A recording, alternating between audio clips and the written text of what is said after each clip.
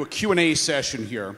We're going to invite people up to the microphone. We ask that you keep your questions to 30 seconds, the emphasis on brevity, and then Janet will get 2 to 3 minutes to answer those questions. So please line up at the microphone up here, and we'll allow you to ask your questions. While they're doing that, Janet, I've got a question for you. As you know, prior to getting into talk radio, I used to be a teacher, specifically a math teacher. I've got kids in public schools right now. You talk about raising the standards, okay? When I started to look into Common Core, I didn't have any opinion on it, pro or con. I went to their website. The very first thing I noticed when it comes to mathematics, there's no calculus. Calculus is not on the Common Core website. I don't know if it's been eliminated or if it's been forgotten, but that bothered me. The other thing that bothered me is I brought some educational experts on from Washington, D.C., who talked specifically about geometry and the new geometry or the method that's used to teach this geometry. They told me that in every country where this new method has been tried, it has failed without exception. My question to you would be, why would we take a known failed approach and experiment on our kids?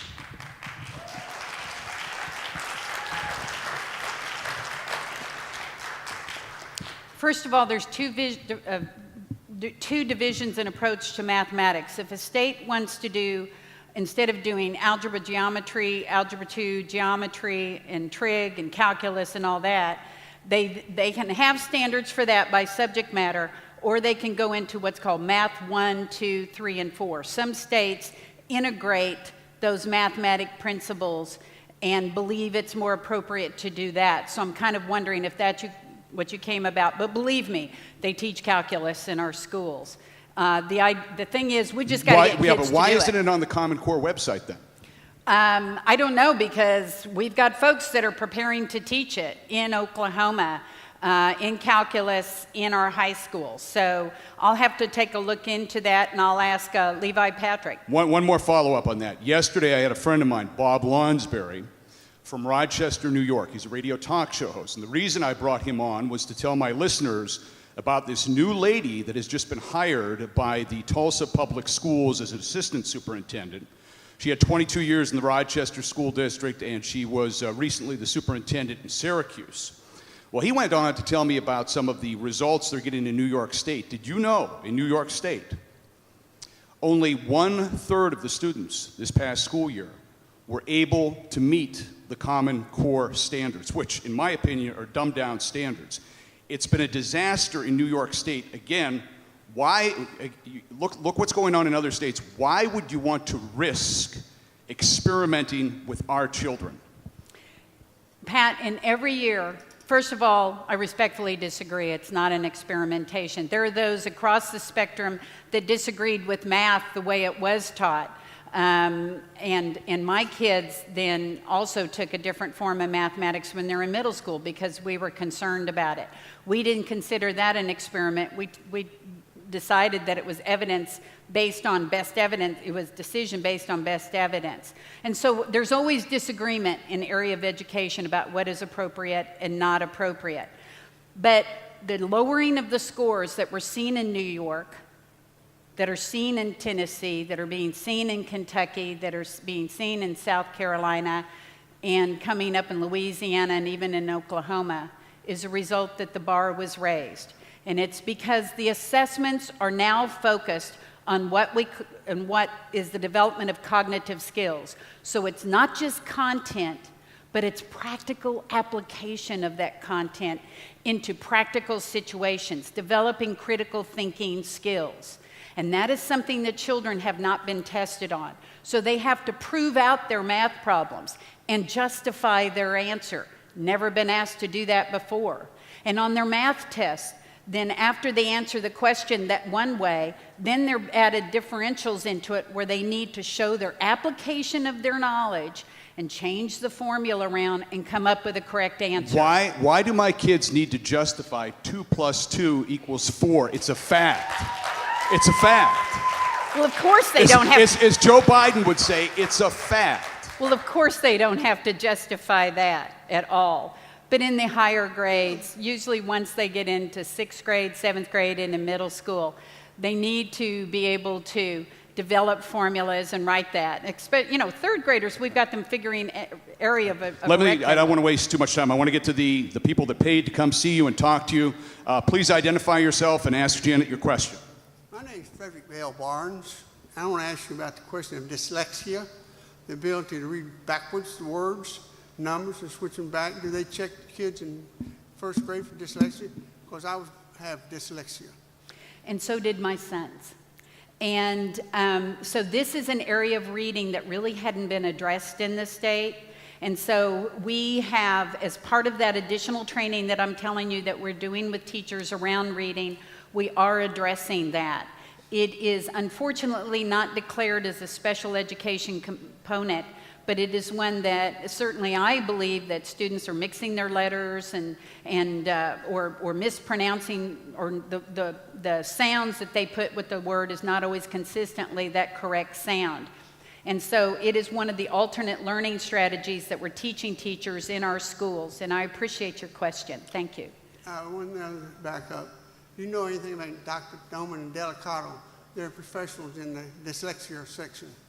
Doman and Dr. Delicato. They have books and everything else. Don't know them intimately, but I've heard the name, and that's part of the research that we did into these alternate learning strategies. Are you going to check the kids in the 1st grade for dyslexia? Those kids that's part of the evaluation process, that when teachers get in there, they have to learn to recognize it and recognize the traits. Those kids display those problems in various different ways. And so we're helping teachers to recognize those challenges in students as early as possible. They're even trying to pick them up in kindergarten if they can. Thank you for your question. Can we bring the next person up? Please identify yourself and your question for Janet Barresi. Yes, my name is Randy Hamilton from Tulsa, and I will applaud almost everything you said about education. Okay, applaud about it. Everything that you said about education, I pretty well applaud. However, that contradicts 100% almost everything I've read about Common Core. You speak about parents taking initiative and local school boards taking initiative, state school boards taking initiative, whereas what I'm reading about Common Core is it eliminates all that. In other words, there is no input. It eliminates input from parents, even all the way up to state school boards.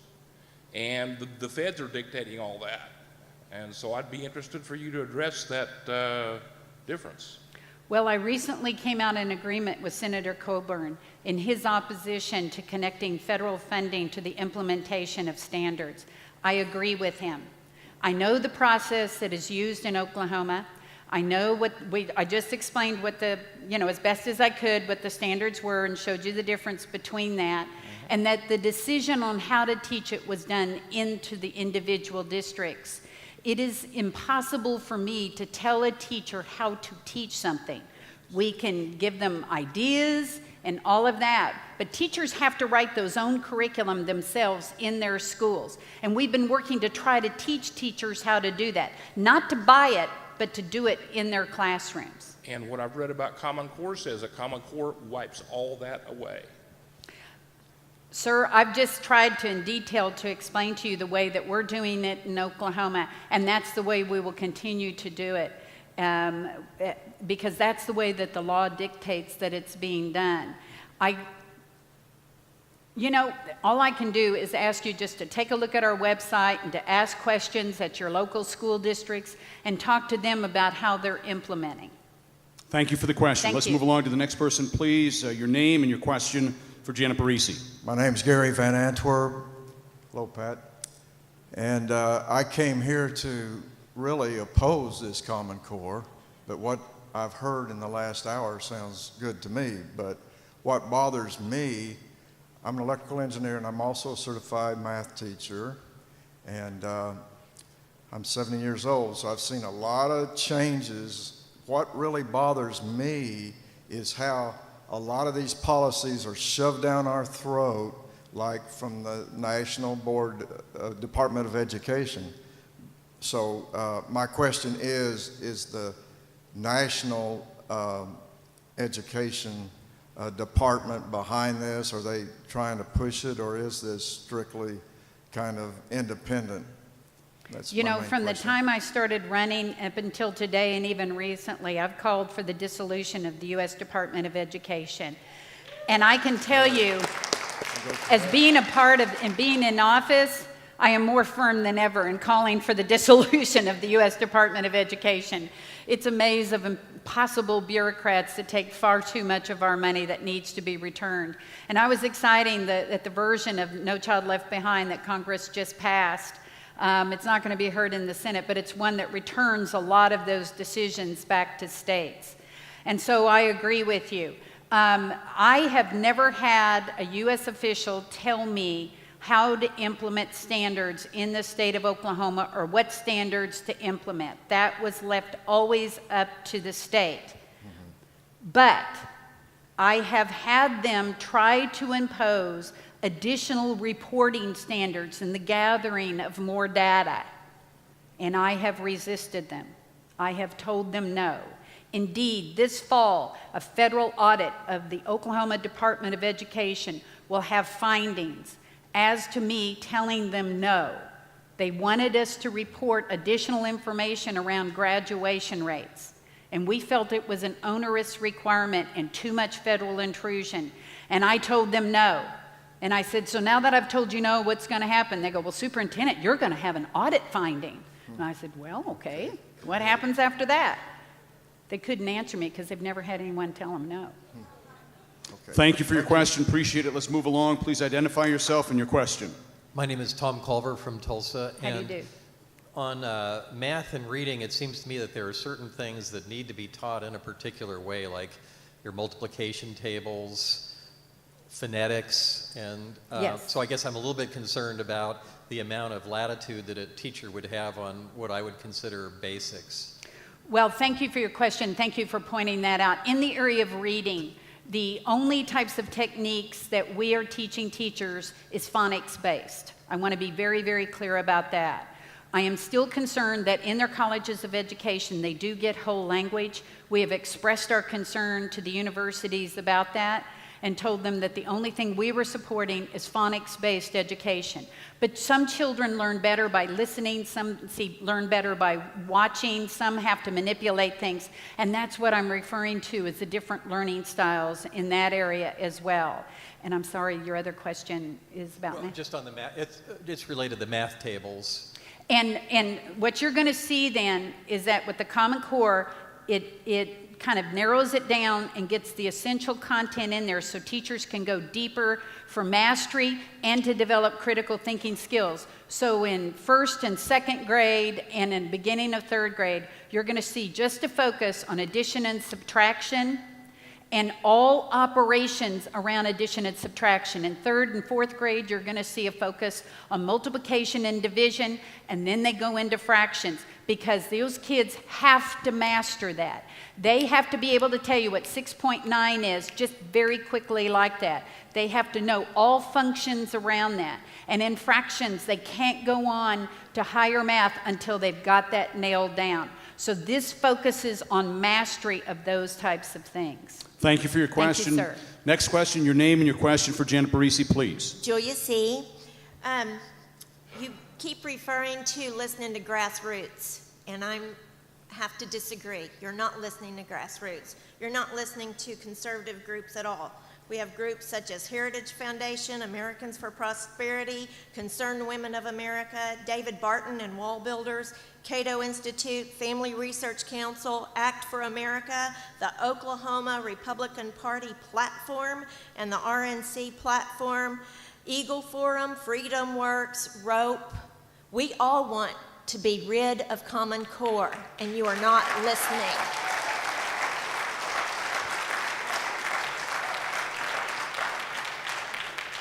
Thank you. I think it's important for us to continue to have this discussion, but what I wanted to do today is to talk about ways that you can become involved in your school districts to assure that the way that the standards are taught are according to Oklahoma values. And that's why I came today.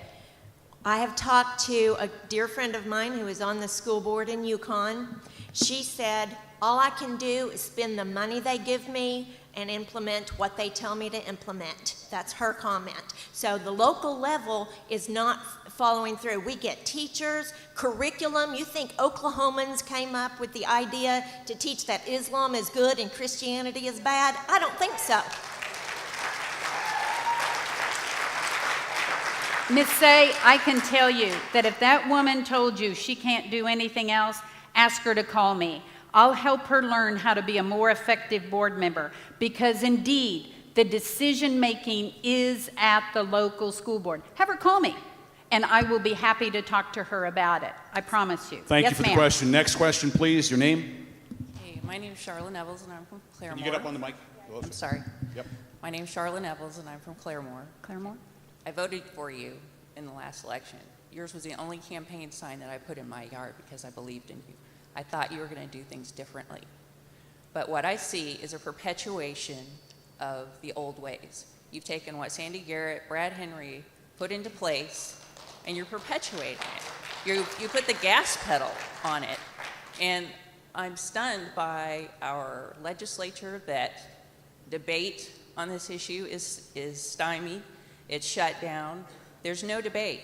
We have no idea how much this is going to cost. We have no examples of what it's going to do, that it's better. Nobody's arguing about having better standards. That's what I thought you were going to do, and I believed in you.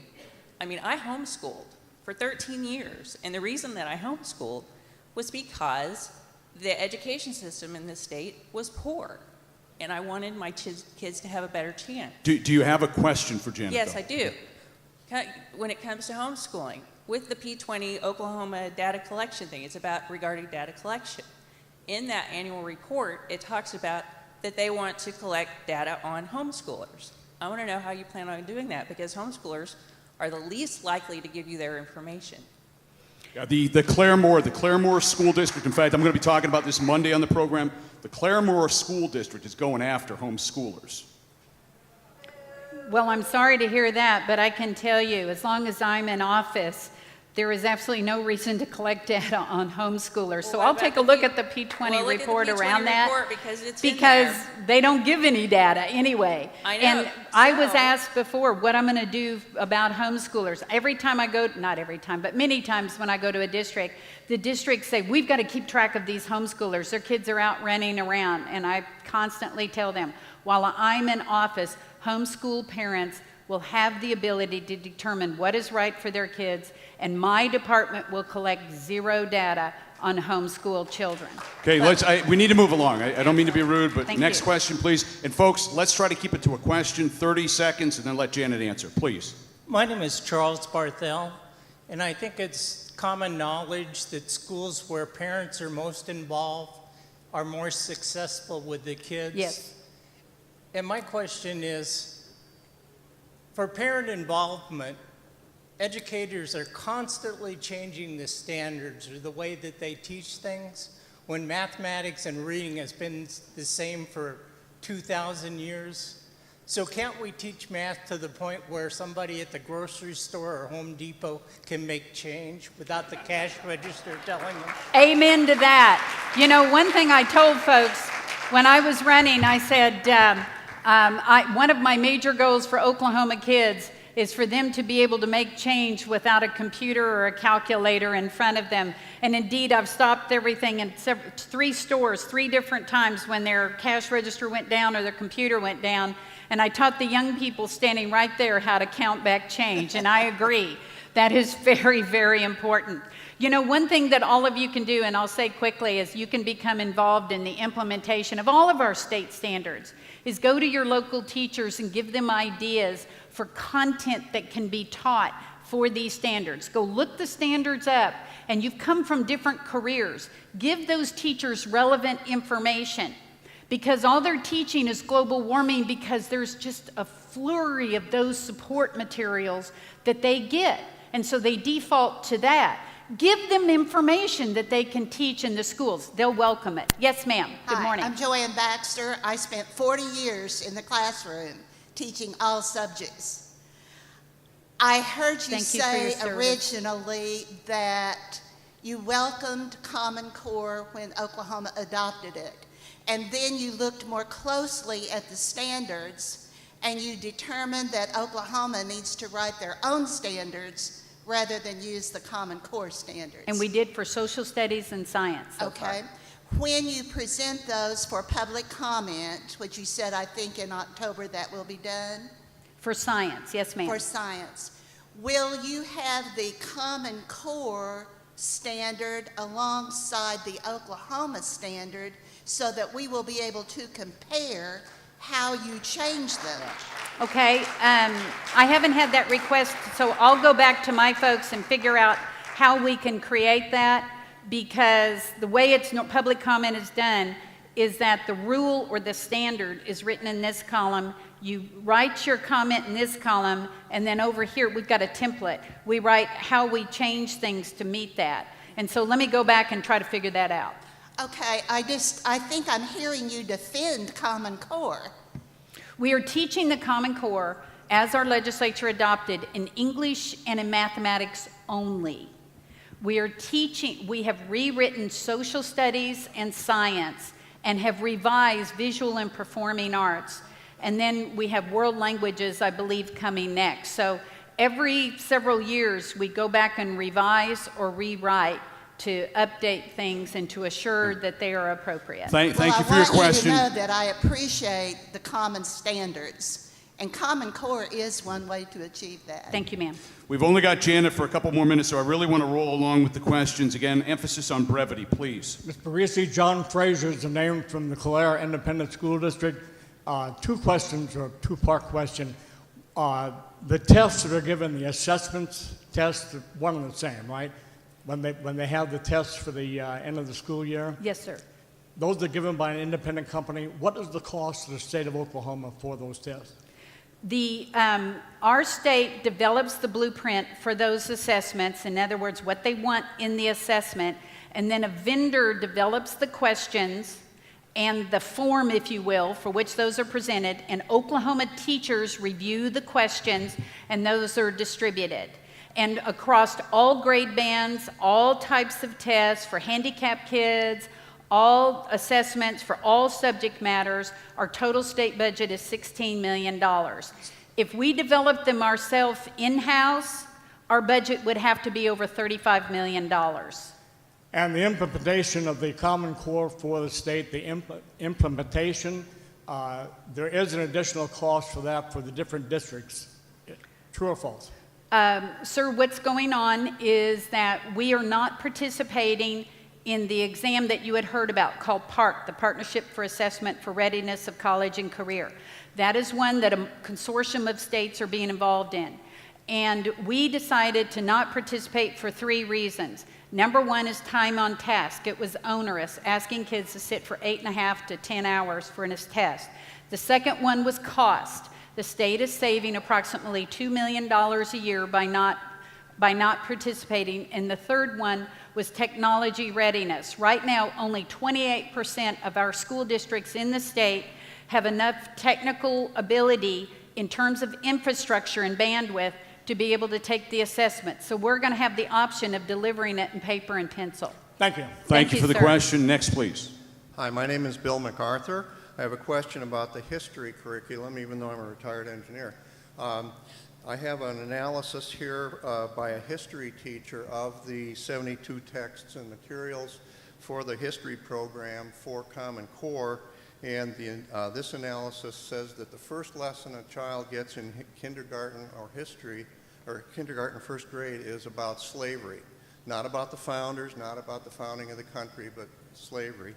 And that these texts emphasize those issues. And does Common Core indeed promote the politically correct or anti-America agenda that we're hearing so much today?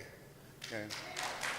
Well, if you look at our Oklahoma standards for social studies, and then our textbook committee selects suggested textbooks for the state to purchase, but the decision on which textbooks to purchase is at the local district, all right?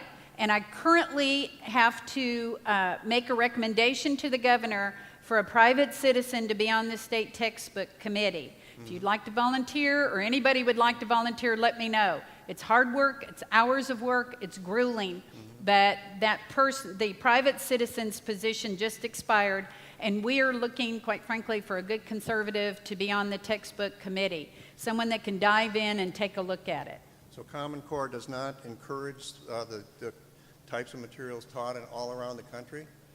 Sir, it's a set of standards that are common. The way that it is taught is the decision of the individual teacher as guided by their local school board. Okay, thank you. Thank you, sir. Thank you for the question. Next, please. Thank you. Hi, my name is Donna Kirkpatrick from Ada, Oklahoma.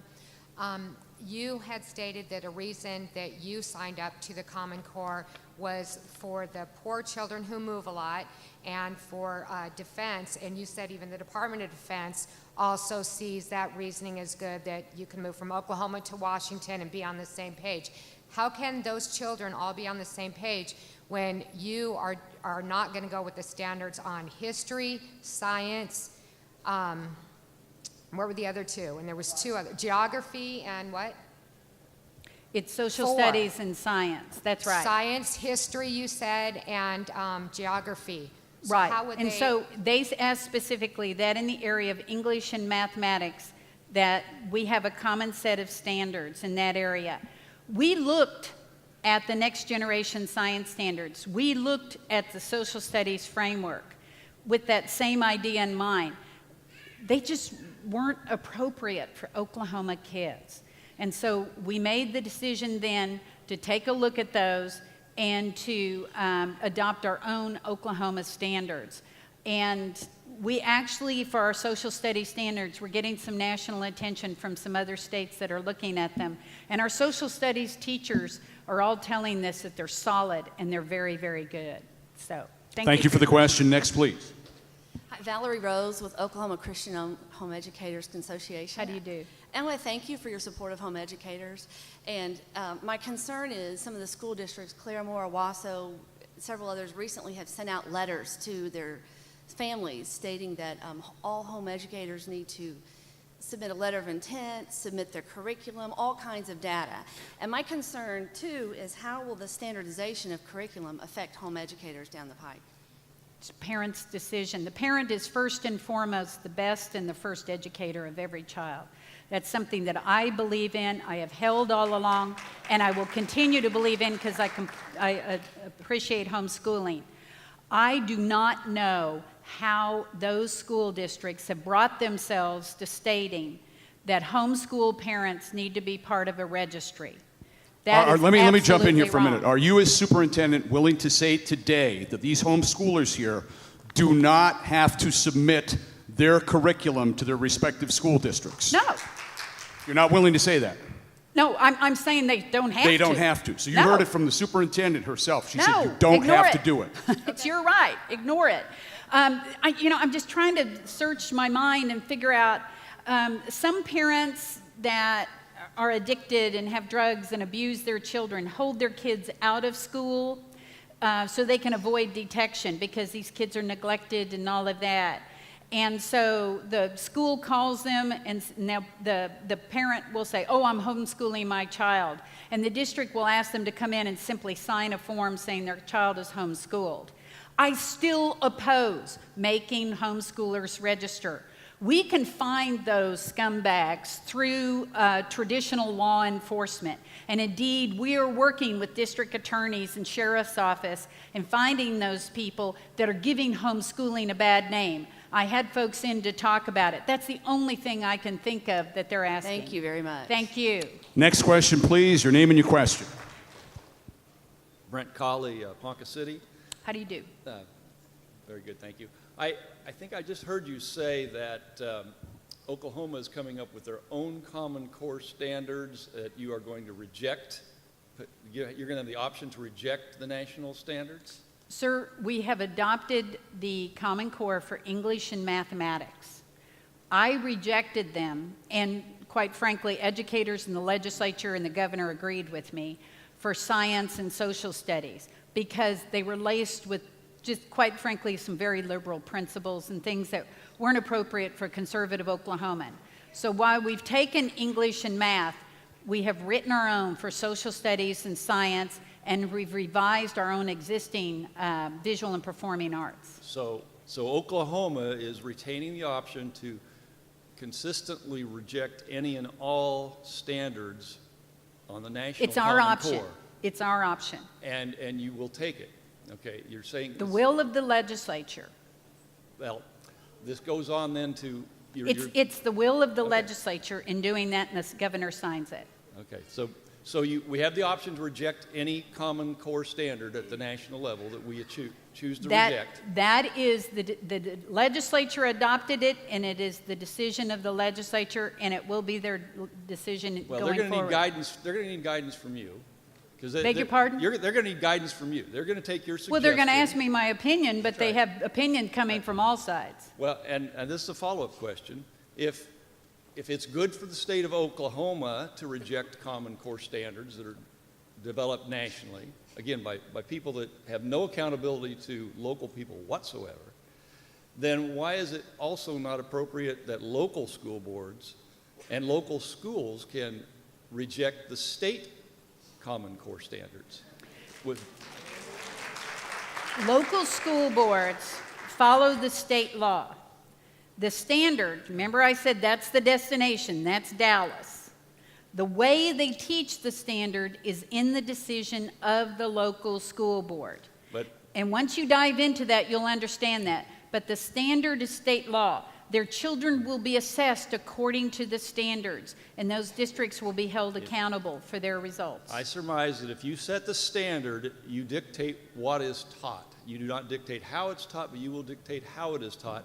And what you are doing at the state level is taking away the freedom of the local school boards to have their standards that may disagree with the state. And if you're for local control, then you ought to be for local They school can boards. decide the curriculum on how the standard is taught. This is how it's always been done in the state since we've had standards of any kind. The standard is set at the state level, adopted by the legislature, and then the individual district decides on the curriculum. This isn't new to the Common Core.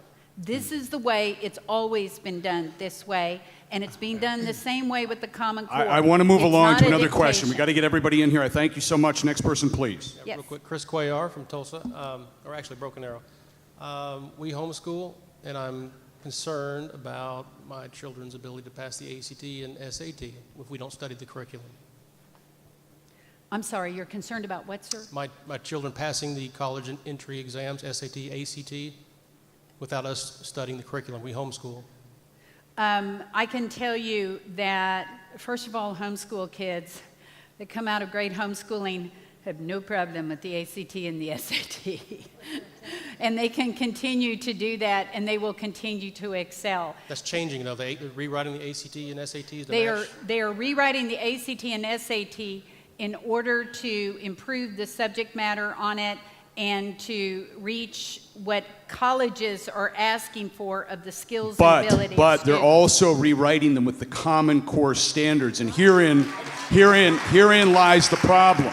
If he's not teaching the Common Core standards at home, his kids aren't going to know how to answer the questions.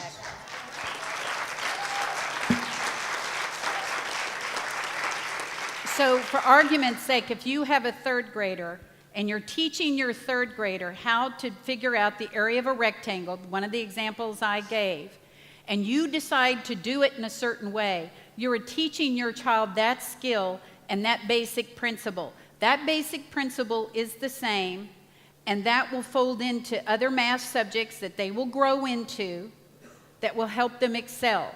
It is the difference between a standard and a curriculum. You may decide to teach them how to figure the area of a rectangle in a different way, using a different example. That is your choice. But the way you figure the area of the rectangle is the same. And the way you're going to, and your child, one of the standards is to read a text in 6th grade and to show evidence about the content of that text. That's the standard. Now, you can use any form of reading material you want to do that. It's the skill. I keep It's hearing the critical thinking there's application. standards and curriculum choices. Beg your pardon? There are curriculum to choose from. We're going to reject or accept curriculum, but there's If you want to, we're trying to teach teachers to write their own, to make it relevant to their local school district. So it's not just a as standard, you it's teach your curriculum own as well. curriculum. You teach your own curriculum to your child going through school, as they progress through school. That's your decision as their parent. And it's the decision at the local school level how to teach the standard.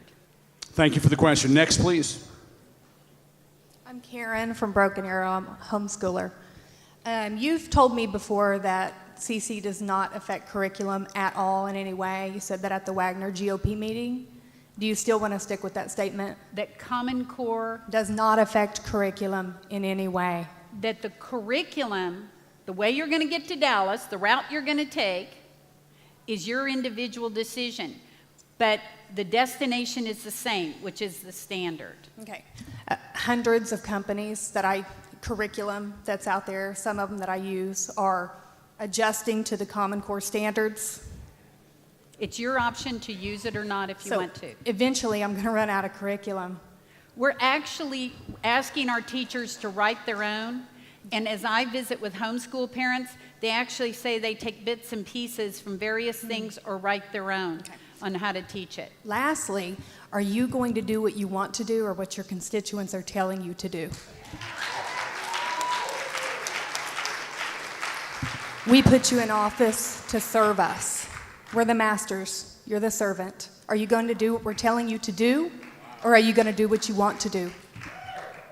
My job is to implement the will of the state legislature.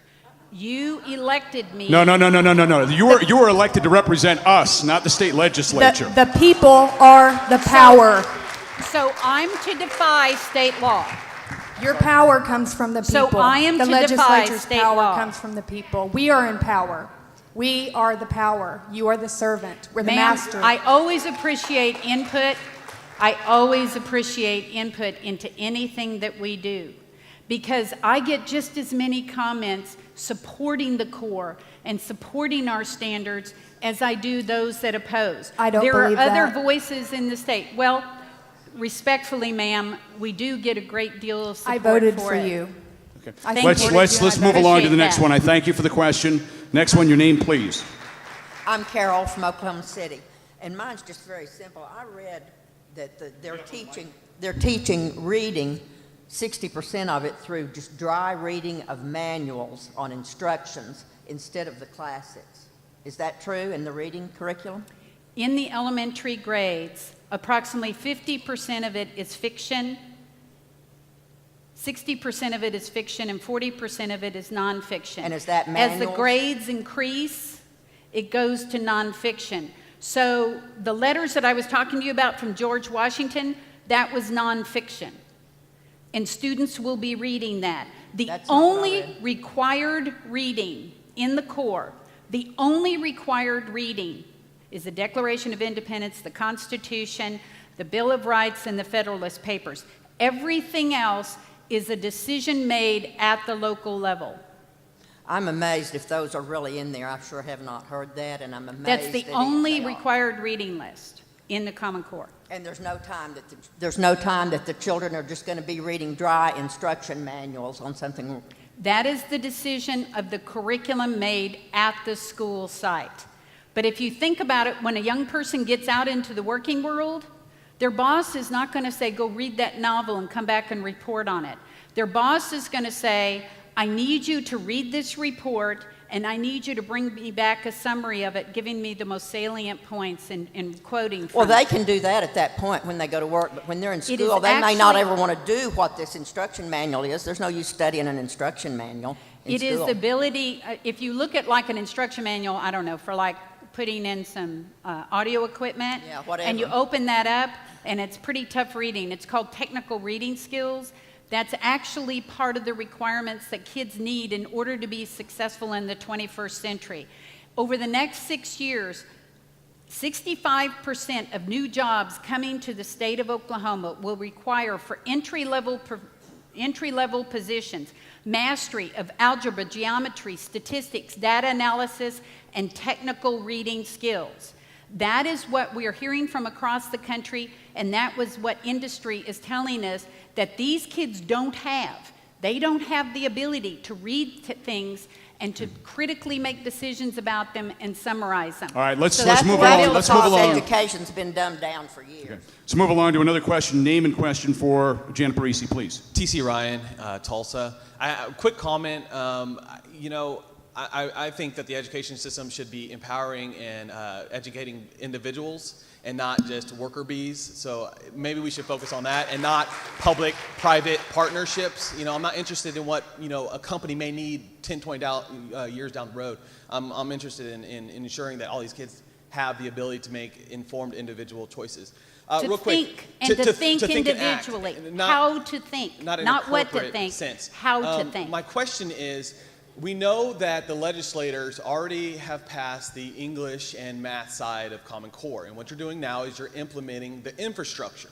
You're setting up that infrastructure. I applaud you for rejecting the social studies and the science aspect of it. But what is to say that when you leave office and some bureaucrat that we disagree with, some liberal bureaucrat gets into office, that they don't change those standards down the road? I mean, how long do these standards actually stay in place, and whose standards are they exactly? Sir, the standards are passed by our state legislature and signed by the governor. And so whoever will follow me after my second term, they still are going to be held. That's my point. That's They're my point. still The point going to is be held. you're laying the groundwork and infrastructure to be able to change the entire education system at any whim of any bureaucrat that goes into office, and that is not right. That is not the right way to go. The local control should, you know, the school systems and the parents should have the control of the education system, not a bureaucrat, whether it's in D.C. or in Oklahoma City. They do through their local school board. Thank you for the question. Next, please. I'm about 15 minutes. One more question. We'll let you go. Okay, my name's Olivia, and I'm a first grade teacher in Skiatook. And we are implementing the math and the English, language arts, Common Core. And you stated earlier that the poorest children are moving on average every 6 months, and that Common Core is going to be putting these kids on the same page, correct? You said that earlier? It allows for that consistency. As we are doing our curriculum mapping, which is our, you know, our path of how we're teaching these standards, we're comparing our curriculum maps in first grade for English, language arts, and math to curriculum maps that we're finding in other states that are also implementing the Common Core. Okay, we pulled maps from North Carolina. We're not on the same page. So if a student moves every 6 months and they move around the state of Oklahoma, or they move to other states, they're not staying on the same page. So you have your same sequencing of the standards. And some It's not teachers dictated the do sequence reach that out we to teach. other states because, as one teacher told me, she said, my professional learning community is no longer within my building. Right. My professional learning community is now the entire United States and teachers on my same grade. And that teacher told me that they were taking decisions and talking to teachers from other states and developing their own maps within their local district. And actually, ma'am, that teacher told me she felt that there was a great deal of similarity in the terms of the There's not. sequencing that they've had. You pull maps from Skiatook schools, you pull maps from other public schools in Oklahoma, and then you go to other states and pull their maps. They're not the same, unless you just want us to copy and paste their map and teach it in our schools. That is your option at your school district. Right, The but you sequence said earlier of the that Common standards Core puts are the everybody same. on the same page. The sequence It of does the not- standards. No, I talked to somebody in the Department of Education. The sequence of standards, we have our first grade standards, but there's nothing that says teach this one first, then teach this one, so that if this child moves to another state or another district, they're on the same page. If I get a student from that first grade school in North Carolina in my classroom tomorrow or Monday when I report back, they will not have covered the same material that I just covered with my first graders this week. So are you teaching your kids to read in exactly the same way for each student? No. But at the end of the year, if they move over the they summer, are reading yes, they will in a- have the same stuff. But are you teaching them exactly the same way? Because the children learn differently. No, every child But learns at the end of the differently. year, Hopefully they'll all end up in mastery to the point to where you need them by the end of the year. Yes. Because it's your decision in the classroom how to get them to that end mark. Right, but you're saying that Common Core puts everybody on the same page for those transient students, only if they move It at the end of the states school year. very clearly what happens in first grade, what happens in second grade, what happens in... Actually, the core was written at the beginning with third grade on. Right. The lower grades are things that we've looked at in our state and that we're adopting in our state. So your first grade standards are those that we began to develop within our own state. The core is written actually from the third grade on up.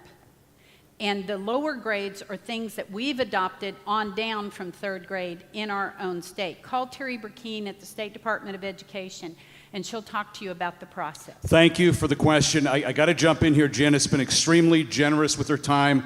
I kept her 15 minutes longer than she wanted to be here. I realize there's people out there that still have questions to ask. Janet has graciously agreed to appear on my program. When she does, there'll be an opportunity for you to call in. And for those of you that are working and can't call in, if you send me emails, I'll see to it that your questions get asked. Please give Janet a big round of applause for coming here today.